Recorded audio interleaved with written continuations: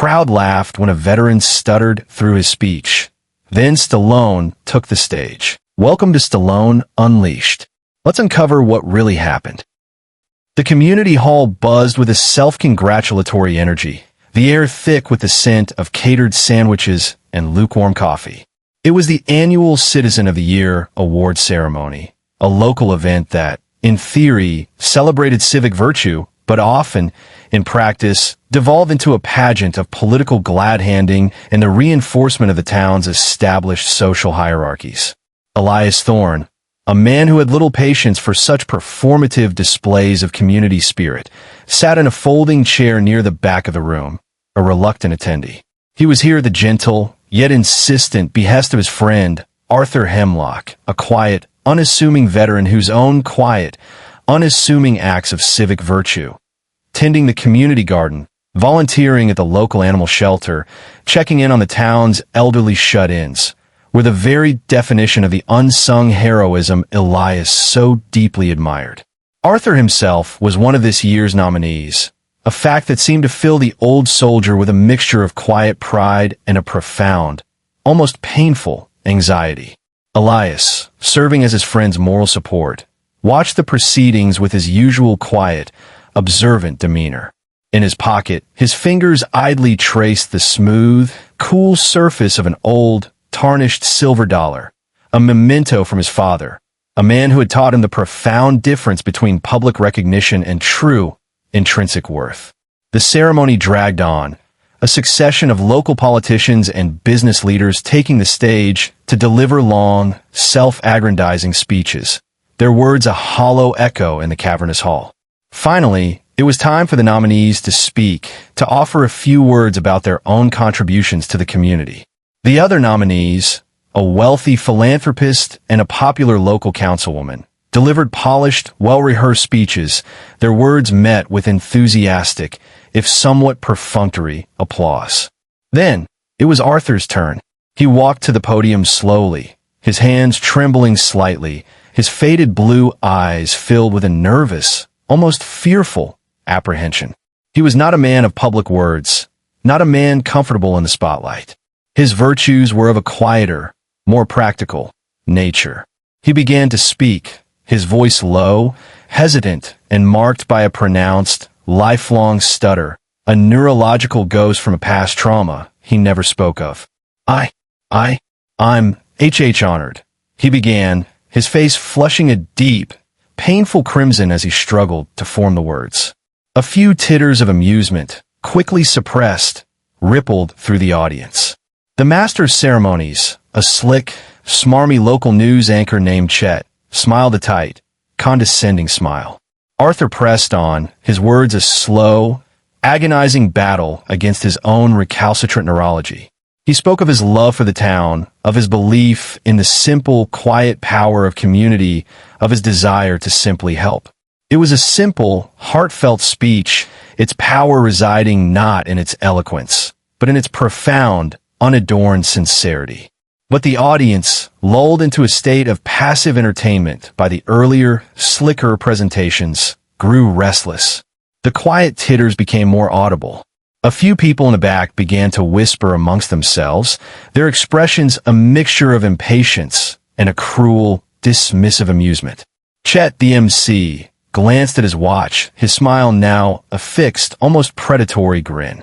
Arthur, sensing the shift in the room, began to falter, his stutter worsening under the pressure of the crowd's collective, palpable indifference. He lost his place, his gaze dropping to his trembling hands, his shoulders slumping in a familiar, heartbreaking posture of defeat. And then, from a table near the front, a table occupied by the town's mayor and his entourage, a loud, deliberate, and utterly unmistakable laugh rang out. It was a sound of pure, unadulterated mockery, a sound that shattered the last vestiges of Arthur's fragile composure. He stopped speaking altogether, his face a mask of profound, public humiliation. He stood there, a solitary, silent figure, his simple, heartfelt speech left unfinished, his quiet dignity in tatters. Elias watched, a cold, hard anger rising in his chest, a fury so intense it It was almost a physical entity. The silver dollar in his pocket felt like a burning coal.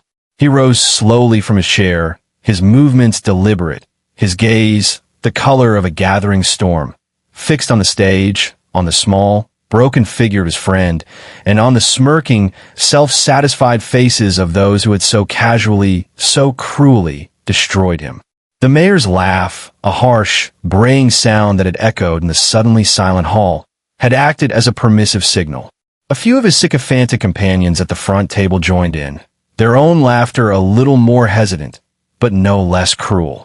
The rest of the audience shifted uncomfortably, a mixture of shame and a cowardly relief that they were not the target of the mockery. Chet, the master of ceremonies, ever the weather vane for the prevailing political winds, let a condescending smirk play on his lips. He stepped forward, his intention clearly to rescue the situation, to smoothly transition away from Arthur's painful public failure. "Well, thank you, Arthur," Chet said, his voice dripping with a false, patronizing warmth. A very heartfelt sentiment. "I'm sure we all appreciate your efforts." The dismissal was as complete as it was cruel. Arthur stood frozen at the podium, his face a pale, stricken mask.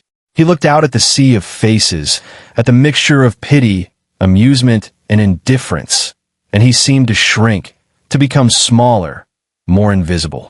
He turned to leave the stage, his movements slow, unsteady, the movements of a man who had just been dealt a profound, spiritual blow.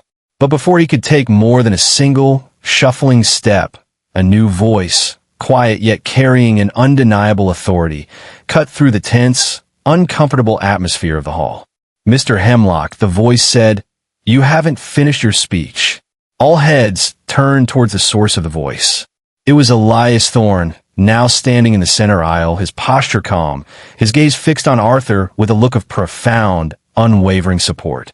"We would all," Elias continued, his voice gaining a quiet, resonant strength, his gaze now sweeping across the faces of the audience, lingering for a moment on the mayor's table, "be honored to hear the rest of what you have to say." A murmur of surprise, of a dawning, guilty respect, went through the crowd.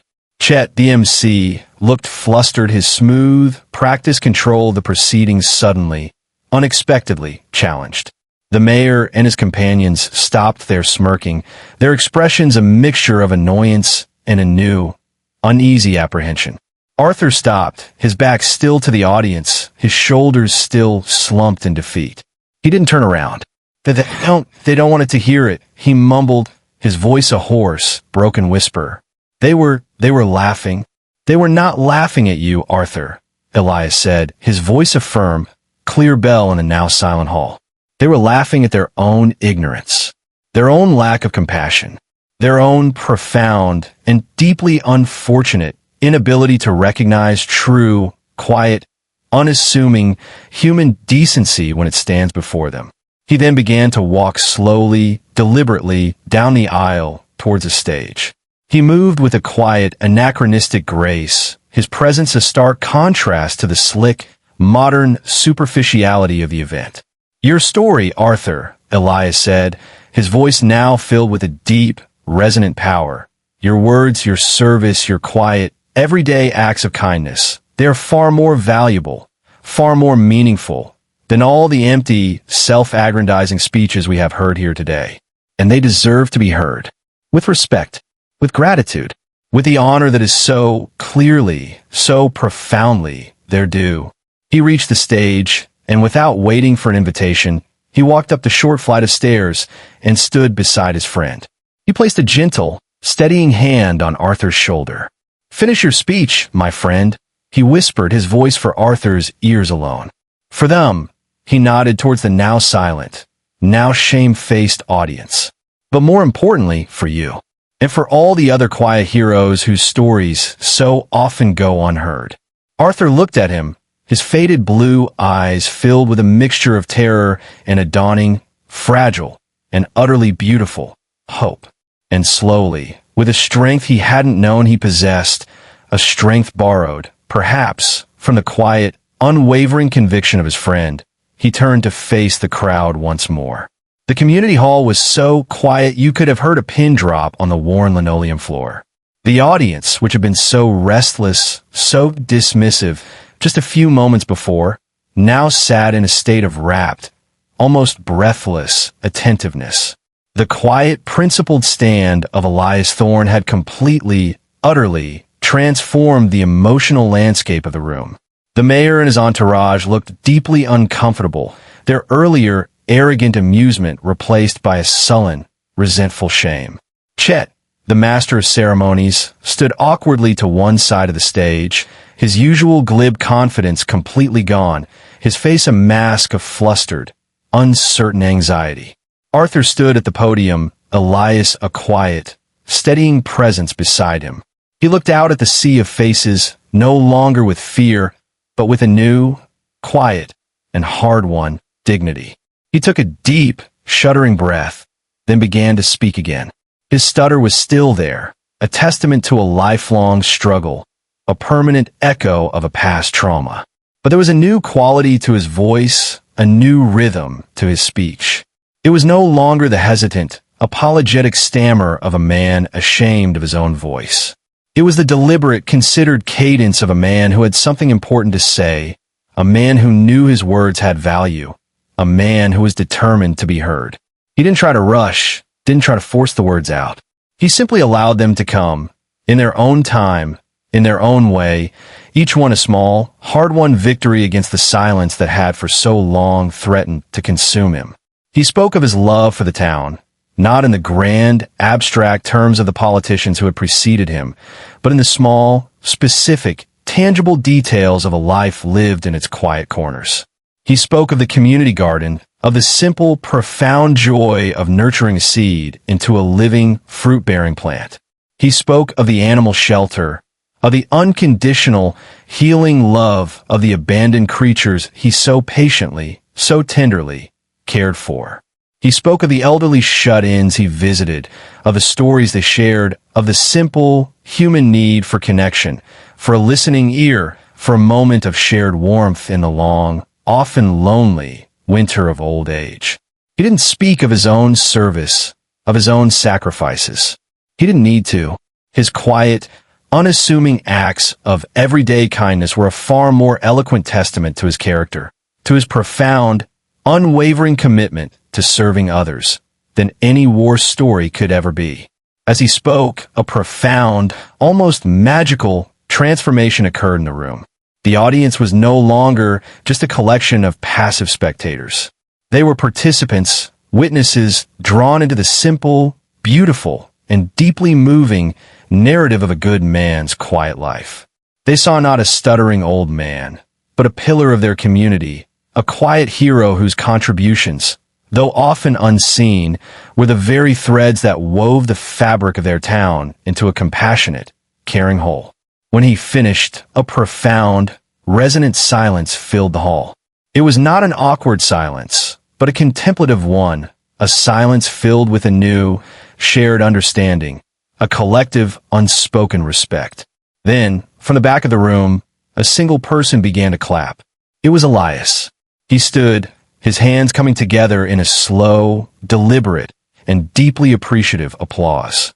Then another person joined in, then another, and another, until the entire room, with the notable exception of the mayor's table, was on its feet, the hall filled with a thunderous, sustained ovation, a wave of genuine, heartfelt gratitude and respect that was a world away from the perfunctory applause that had greeted the earlier, slicker speakers.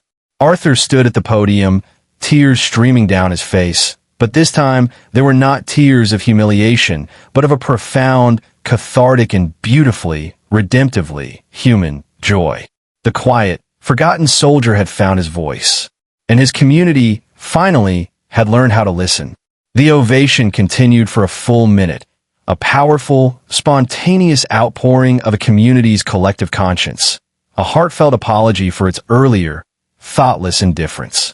Arthur stood at the podium, his face a mixture of disbelief and a dawning, radiant pride, the applause washing over him like a warm, healing rain.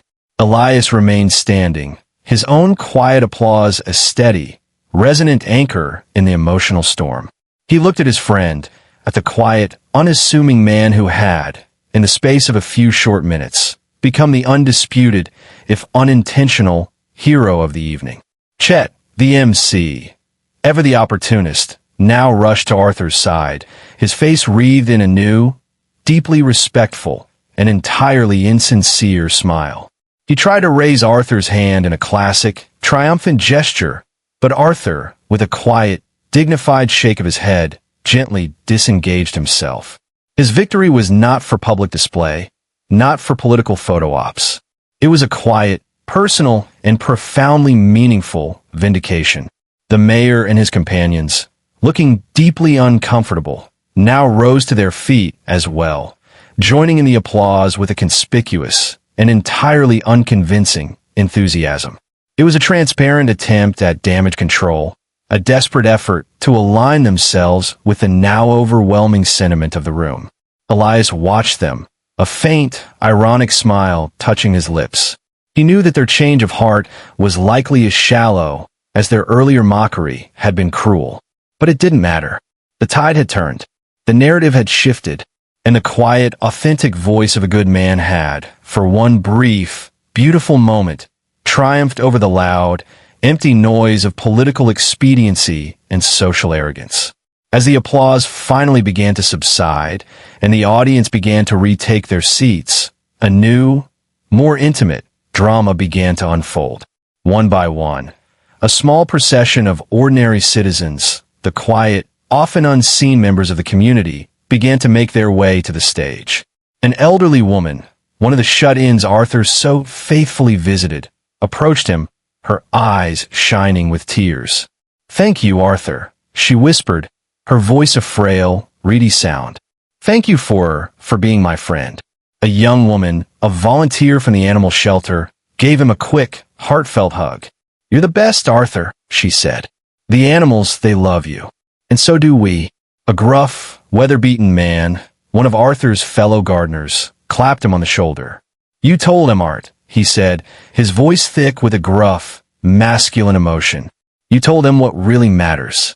It was a quiet, spontaneous, and profoundly moving tribute, a testament to the countless small, unseen ways in which Arthur Hemlock had touched the lives of those around him. He was not the Citizen of the Year in any official plaque-on-the-wall sense. He was something far more important, far more valuable. He was the quiet, beating heart of his community, a man whose simple, unassuming acts of kindness were the true, enduring foundation of a good and decent society. Elias watched, his own heart full. He had come to this event as a reluctant observer, a quiet supporter of his friend. He was leaving it as a privileged witness to a beautiful, unexpected, and profoundly hopeful story of a community rediscovering its own soul, its own true north in the quiet, halting, yet ultimately triumphant voice of one of its most unassuming and most heroic members.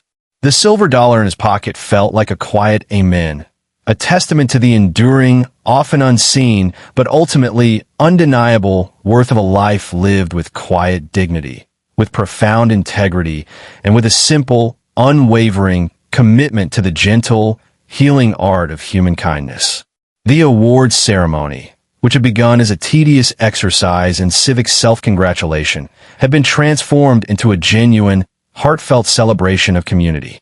The remaining formalities were quickly, almost perfunctorily, dispensed with the official Citizen of the Year award, presented to the wealthy philanthropist, now seeming like a hollow, almost meaningless gesture in the wake of the profound, authentic tribute that had just been paid to Arthur Hemlock. As the event concluded and the crowd began to disperse, a small but significant group of people remained, gathered around Arthur, who was now seated in a chair on the stage, looking overwhelmed but also, for the first time, truly, deeply at peace. The mayor, his face a mask of practiced, political contrition, approached Arthur, his hand outstretched. "Arthur," he said, his voice a little too loud, a little too hearty, a truly inspiring speech. A reminder to us all of what this community is really about. We're truly grateful for your service. Arthur looked at the mayor's outstretched hand, then up at his face, his faded blue eyes holding a quiet, discerning wisdom. He didn't take the hand. He simply nodded, a gesture of polite but distant acknowledgement. "Thank you, Mayor," he said, his voice calm, his stutter almost entirely gone. I appreciate the sentiment." The mayor, clearly unaccustomed to having his handshakes refused, looked momentarily nonplussed. Then, with a tight, forced smile, he retreated, his entourage of sycophants trailing in his wake. Elias, who had observed this small, quiet act of defiance, smiled to himself. Arthur had not just found his voice tonight. He had found his power, the quiet, unshakable power of a man who knows his own worth, who is no longer intimidated by the hollow trappings of status or authority. As the hall continued to empty, Elias made his way to the stage. Arthur looked up as he approached, his eyes shining with a deep, profound gratitude. "Elias," he said, his voice thick with an emotion that needed no words. "My friend." "Arthur," Elias replied, a warm, genuine smile on his face. He placed a gentle hand on his friend's shoulder. "You were magnificent, truly magnificent. You spoke your truth, and you reminded everyone in this room of what truly matters. I couldn't have done it without you." Arthur stammered, his emotion momentarily bringing back his stutter. "You stood with me. You gave me the courage. The courage was always there, Arthur," Elias said softly. "It was always within you. I simply helped you to find the key to unlock it." He then reached into his pocket and took out the old, tarnished silver dollar. He pressed it into Arthur's hand. "My father," he said, "always told me that a man's true wealth is not measured in dollars, but in the richness of his character, in the respect he has earned from his community. By that measure, my friend," he added, his gaze sweeping around the now empty hall at the lingering echoes of the evening's profound, emotional tribute, "you are the wealthiest man in this town." Arthur looked at the silver dollar, then up at Elias, his eyes filled with tears, but this time they were tears of a quiet, profound, and beautifully, redemptively human joy. The two men, the quiet historian and the forgotten soldier, stood together on the empty stage, two solitary souls who had, in the most unlikely of circumstances, forged a bond of friendship, of mutual respect, that was as solid, as enduring, and as true as the values they both so deeply, so quietly cherished. The aftermath of the Citizen of the Year ceremony was a quiet, yet significant, turning point for both Arthur Hemlock and the town itself. The story of the stuttering veteran who had, with the help of a quiet, unassuming stranger, silenced a room full of politicians and community leaders with the simple, heartfelt eloquence of his story, became a local legend, a cautionary tale for the arrogant, and a source of quiet inspiration for the overlooked, the forgotten, the disrespected. The mayor, his public image slightly tarnished by his own boorish behavior, became noticeably more circumspect, his public pronouncements now tinged with a new, if perhaps still performative, humility. And Chet, the smarmy MC, found his services in less demand, his brand of slick, superficial charm having lost some of its appeal in a town that was, perhaps, beginning to rediscover its own, more authentic soul. Arthur, for his part, was transformed. The public validation, the outpouring of genuine affection and respect from his community, was a powerful, healing balm to his long-held wounds. He was no longer the invisible man, the forgotten soldier. He was Arthur Hemlock, the gardener, the animal lover, the quiet hero, a respected and beloved elder in the community he had so long and so quietly served. He continued his volunteer work, but now he did so with a new, quiet confidence, his stutter still present, but no longer a source of shame, no longer a barrier to connection. It was simply a part of his story, a testament to the battles he had fought, the resilience he had shown. He and Elias remained the closest of friends, their bond a quiet, steady anchor in both of their lives. They would often meet at the community garden or on a quiet park bench, sharing stories, memories, and a comfortable, easy silence, two men who understood each other on a level that required few words. One day, Arthur presented Elias with a small, exquisitely carved wooden compass, its needle pointing steadfastly north. For a man who always knows the true direction, Arthur had said, his voice clear, steady, his eyes shining with a deep, abiding affection.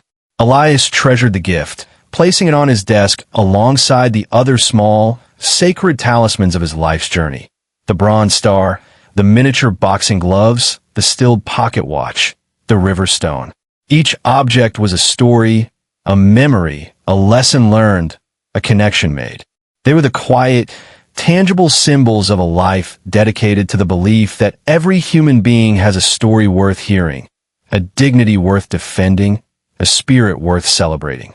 And the old silver dollar, the one that had belonged to his father, the one he had given to Arthur on that transformative night, Arthur had, in turn, donated it to the library, where it was now housed in a small glass case in the local history section, a permanent, quiet reminder of a night when a community had been reminded of its own better angels, of the profound, enduring value of a life lived not with fanfare, but with a simple, unwavering, and profoundly, beautifully human grace. The story of Arthur Hemlock's quiet triumph became, for Elias, a cornerstone of his own personal philosophy, a powerful, living example of the themes that had so long preoccupied him. It was a testament to the idea that true strength often resides in the quietest, most unassuming of souls, that true eloquence is found not in polished rhetoric, but in the simple, unadorned telling of one's own truth, and that true community is built not on a foundation of status and power, but on a bedrock of mutual respect, of shared humanity, of a collective willingness to listen to and to honor the stories of all its members, especially the most vulnerable. He often visited the library, not just for his own research, but to see the small display case that now held his father's silver dollar. He would stand before it, a quiet, anonymous observer, and watch as other patrons, young and old, would pause to read the small, simple plaque beside it. The plaque, written by Arthur himself, with the help of a now much humbled and much more empathetic head librarian, told a brief, poignant version of the story of that night. It spoke of a man who had found his voice, of a community that had learned to listen, and of the quiet, unassuming stranger who had, with a simple act of kindness, set it all in motion. Elias never identified himself as that stranger. He had no desire for recognition, no need for public acclaim. His reward was in the quiet, profound satisfaction of knowing that he had been a catalyst for good, a gentle, guiding hand that had helped to steer a small corner of the world towards a more compassionate, more just, and more human direction. He knew that the world was still full of mayors who laughed at the vulnerable, of MCs who valued style over substance, of audiences who were too quick to judge, too slow to understand. But he also knew that it was full of Arthurs, of quiet heroes whose stories, if given a chance to be heard, had the power to change hearts, to shift perspectives, to remind us all of our shared, fundamental, and often forgotten humanity. And he knew that it was full of potential Eliases, of ordinary people who, at any given moment, could choose to stand up, to speak out, to offer a hand, to be a quiet, unwavering presence in the face of injustice, of indifference, of a casual, unthinking cruelty. As he left the library on one such afternoon, the late sun casting a warm, golden glow on the marble steps, he felt a deep, abiding sense of peace. The wooden compass in his pocket, the one Arthur had so lovingly carved for him, felt like a quiet, steady pulse, a constant reminder of his own true north, a bearing that had been set long ago by a father who had understood the value of a hard day's work, by a brother who had understood the meaning of sacrifice, and by a lifetime of listening to the quiet, often heartbreaking, but ultimately redemptive, stories of the human heart.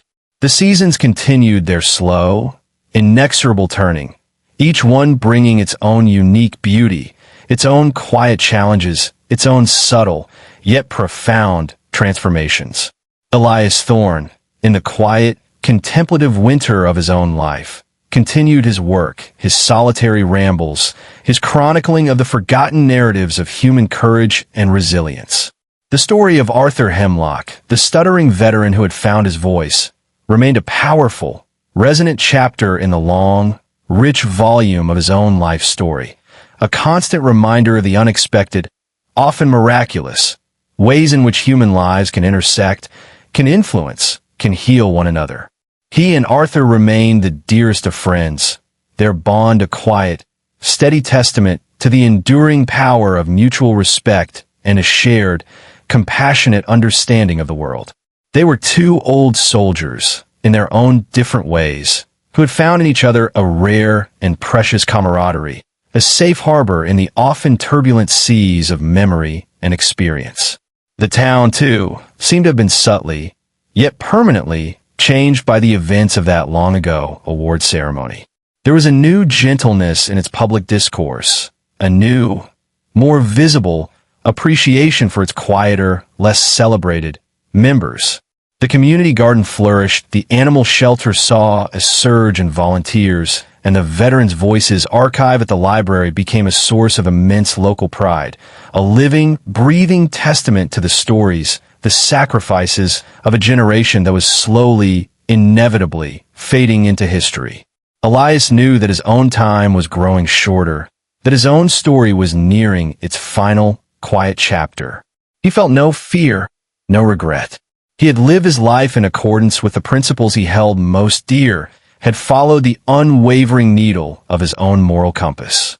He had been a keeper of stories, a guardian of memories, a quiet champion for the overlooked, the forgotten, the disrespected. And in doing so, he had found a profound, enduring sense of purpose, a quiet, unshakable peace. On his desk, the small, sacred collection of talismans, the bronze star, the silver dollar, the miniature boxing gloves, the steel pocket watch, the two carved wooden compasses, the small, elegant book of poetry from a young girl whose spirit he had helped to mend, stood as silent witnesses to a life well lived, a life dedicated not to the pursuit of personal glory, but to the quiet, often thankless, but profoundly meaningful work of bearing witness to, and sometimes gently, patiently, nurturing the fragile, resilient, and endlessly, heartbreakingly beautiful human heart. His legacy would not be one of monuments or of wealth, but of the quiet, invisible ripples of compassion and understanding that would continue to spread outwards long after he was gone, a testament to the simple, profound truth that the most powerful force in the universe is, and always will be, a single, principled and deeply, redemptively human act of kindness. The final pages of Elias Thorne's own story were, like the man himself, quiet, unassuming, and filled with a profound, gentle grace. He passed away peacefully one crisp autumn morning, his small, book-lined room filled with the soft, golden light of the rising sun. His memorial service, held not in a church, but in the main reading room of the city library, the space that had been his truest sanctuary, was a testament to the quiet, yet profound, impact he had had on his community. It was not a somber affair, but a celebration, a sharing of stories, a gathering of the disparate souls whose lives he had touched in his own unique, unassuming way. Arthur Hemlock, his voice clear and steady, his stutter a distant, conquered ghost, spoke of a friend who had given him back his dignity, his voice, his life.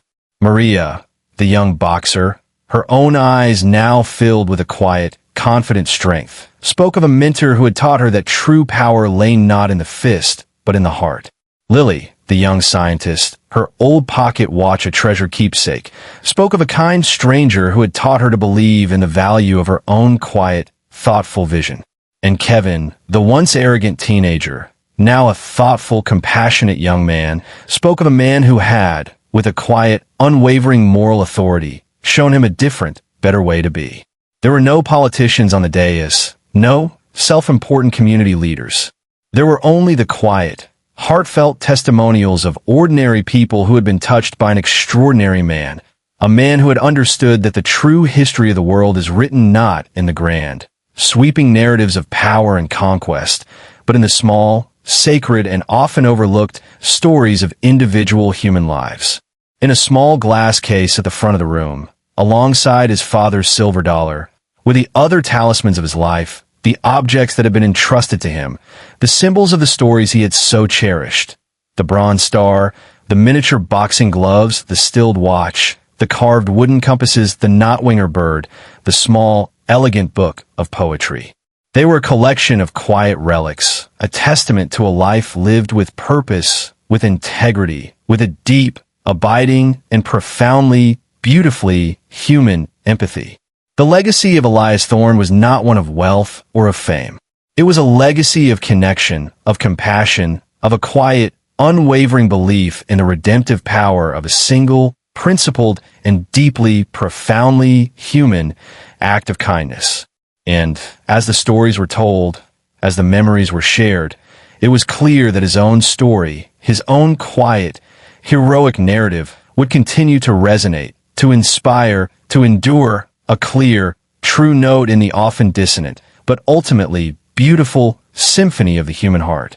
The quiet, book-lined apartment of Elias Thorne, once a sanctuary of solitary contemplation, was now a place of quiet, purposeful activity.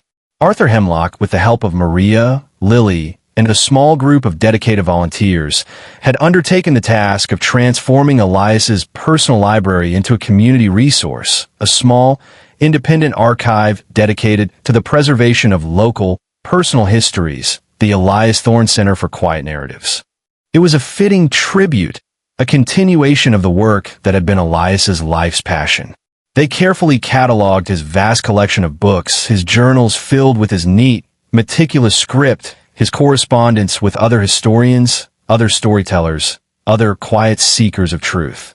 And they created a space where other members of the community could come to share and to record their own stories, a place where the quiet, often overlooked narratives of ordinary lives could be honored, preserved, and celebrated. The small glass case containing Elias's talismans was given a place of honor in the center, each object accompanied by a small, simple card that told its story.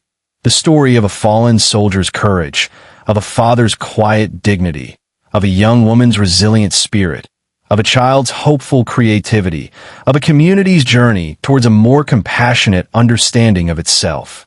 The center became a beloved, vital part of the town, a place of connection, of healing, of a shared intergenerational wisdom.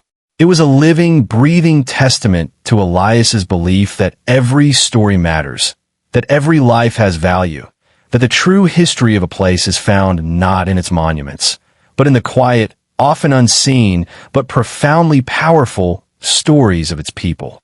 And so, the ripples of Elias Thorne's quiet, principled life continued to spread outwards, touching new lives, inspiring new stories, nurturing a culture of empathy and respect that was his truest, most enduring legacy. He had been a man who had walked quietly through the world, but his footsteps had left a deep and lasting impression. He had been a historian, a storyteller, a mentor, a friend, and he had taught them all the most profound lesson of all, that the most powerful force in the universe is not a shout, but a whisper, not a display of power, but an act of compassion, not a grand, heroic gesture, but the simple, quiet, and profoundly, redemptively human act of truly, deeply seeing another.